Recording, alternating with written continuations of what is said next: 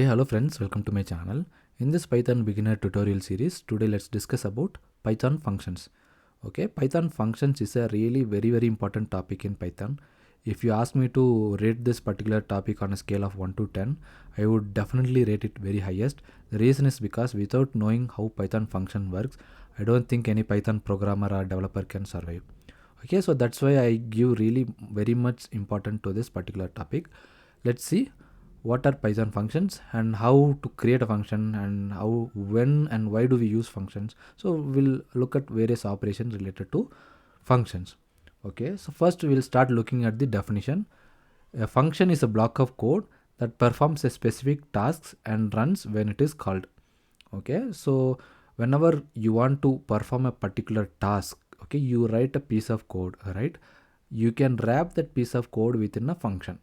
Okay, say you want to perform square of a number, say you want to find a factorial of a number, say you want to place an order in an e-commerce website. So in order to perform this task, you will write a piece of code, right? So that piece of code you can wrap it into a function.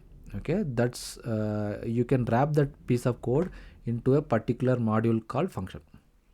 Okay, so let's see a few examples in our upcoming slides so that you will have a very better clear understanding of what is a function. Okay, so next we'll see why do we actually need a function. Okay, so in real-time programming, right, you might have some complex problems.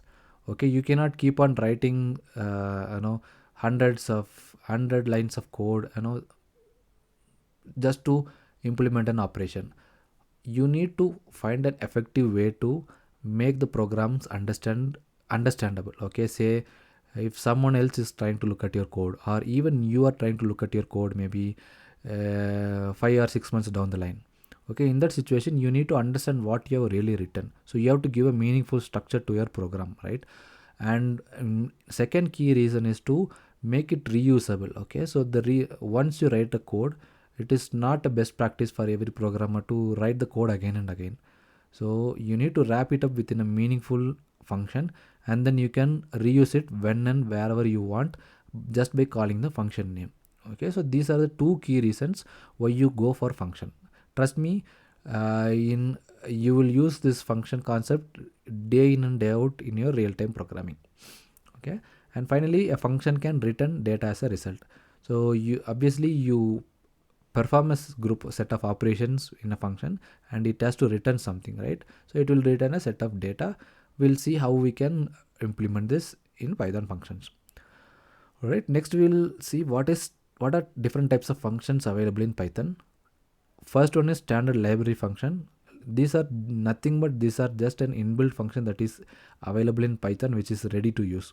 Okay, so let's see few examples in our upcoming slides regarding Python inbuilt functions. And next we have something called user defined functions. We can create our own functions based on our requirement. Okay, as a user you will get a set of requirements to build a piece of code, right? So you can create your own functions and use that accordingly to implement your requirement. Okay, so going forward we'll discuss about how to create a user defined function and how do we use it in real time and all. We'll see it. Finally, at the end of the slide, I have displayed few built-in functions that is readily available in Python. So we'll look at that one as well. Okay, next we will see how to create a function or function declaration. Okay, this is how you declare a function. If you look at this green block, okay, so I have something called def. This is an important keyword. Def is a keyword which actually tells that you have declared a function. Okay, so it starts with the def keyword and then we have a function name. So this is a function name which a user provides. Okay, as a user we can give whatever meaningful name that we want to create for our function. And then we have something called arguments. It can be blank or you can provide any number of arguments based on your requirement. Very basic example is if you want to find addition of two numbers, you can pass two variables as arguments like a comma b, x comma y, whatever it is. Okay, and in the center you have a body of the program, like this is where you write your piece of code or your basic functionality. Finally you have a return statement. Okay, so return statement will return the output of this particular function. Okay, so this is an optional one. We'll look few examples to understand it better. Okay, so just to reiterate, def is a keyword used to declare a function. Function name is any name that we give to the function. Arguments is any value that passed to a function. Return is the returns value from a function. Okay, so just to start, I will give you a very layman example so that you'll have a understanding about how to create a function.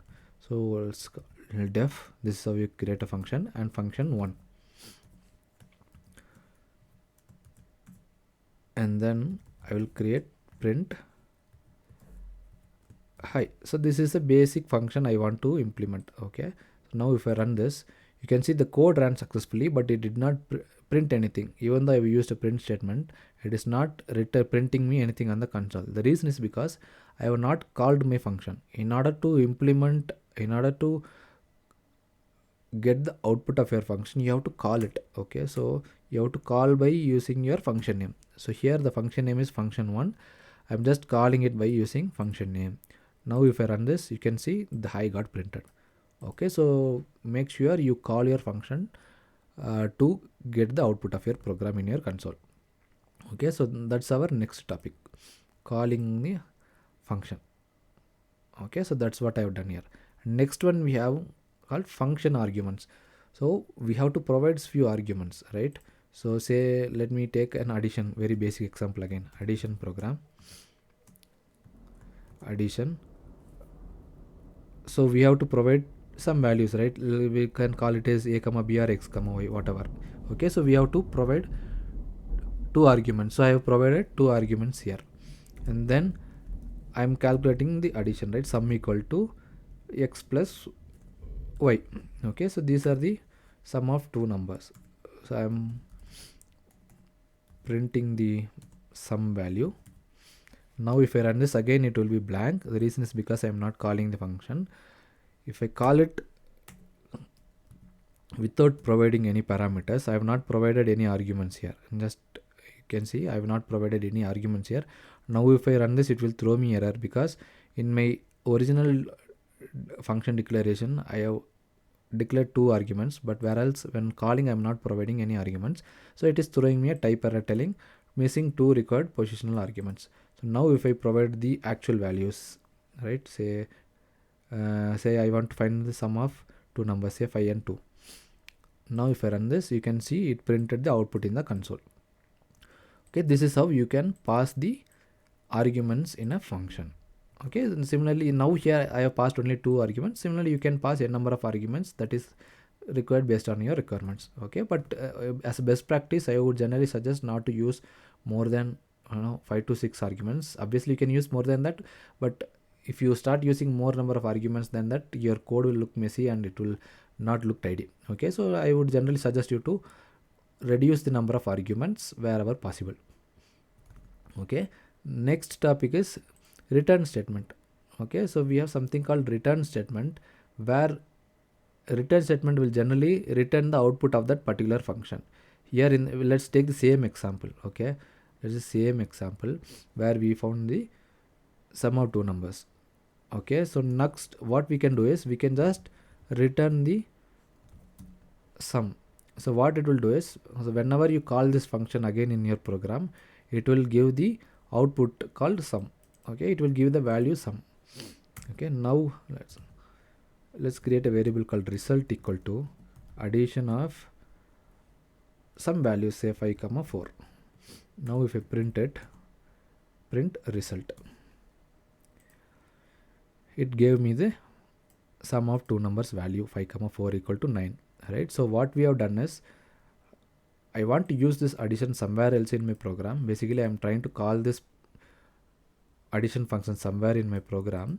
So what I need to do is, I need to return an output of this particular function, right? So what it did is, so it stored the value sum, which is the output of this function, and then when I call this particular function by providing the arguments, it passed the actual value and printed me the result. Okay, this way you can call the return statement. In real time, what you will generally do is you do not call it right away. Okay, so in real time you will have multiple functions. Okay, all in real time you will do this only. Okay, you will have one function, say you will have another function for subtraction. Okay, and you will write n number of functions. Okay, so now we have just written two functions, and finally if you want to internally use this particular additional operation here in this function also, you can use. Okay, we'll look into much detail about this in our upcoming videos, but for now I will just stick to basic so that you will have a very clear understanding. All right, next topic is, okay, so that's all we discussed about how to create user defined functions. Okay, so we discussed, just to recap, we discussed about how to declare a function and how to call a function, how to pass function arguments in a function, and we also looked about how to use return statement in a user defined function.